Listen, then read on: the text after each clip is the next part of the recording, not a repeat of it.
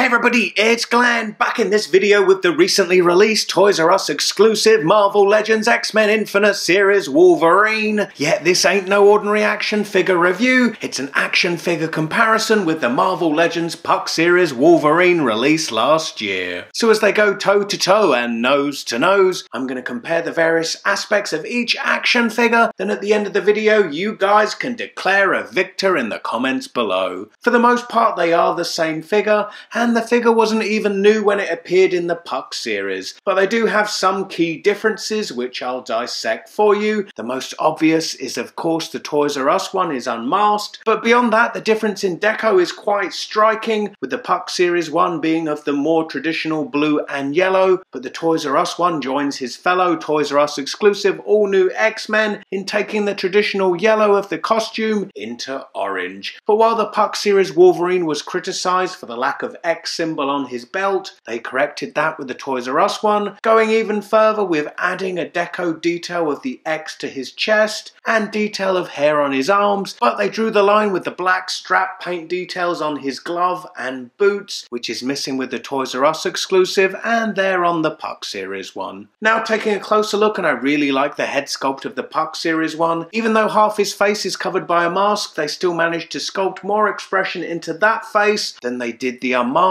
one. On the unmasked figure, the mask hanging around the neck is a nice detail. Yeah, it is a separate piece, so if you don't like it, you could heat the head, pop it off, and remove that mask. Here I've heated, popped off and swapped the heads with the distinct orange of the Toys R Us one's costume. The head of the other one being yellow just doesn't match, but really the Toys R Us figure should have come with an alternate masked head. I say that because the Captain America Winter Soldier Infinite Series figures came with bath parts, accessories and switchable heads. I understand that it is a good idea that the Wolverine not coming with a bath part so people don't feel obliged to buy yet another Wolverine figure just to complete a bath. But in light of the absence of a bath part, they could have at least included a second interchangeable head, couldn't they? When it comes to the claws, I like both of these in that unlike many a Wolverine figure, you don't have to be constantly straightening them, but of the two, the unmasked figure has a more realistic look to the claw. In comparison, they are just a bit less plastic and more metallic looking. Being the same figure, articulation is even between the two. If you want to look at articulation, you can check out plenty of reviews of either figure here on YouTube, but here and now with them having different heads, I will quickly take a look at the neck articulation to see if the heads make a difference. So both rotate side to side, then both are able to look down about the same amount, and they're able to look up,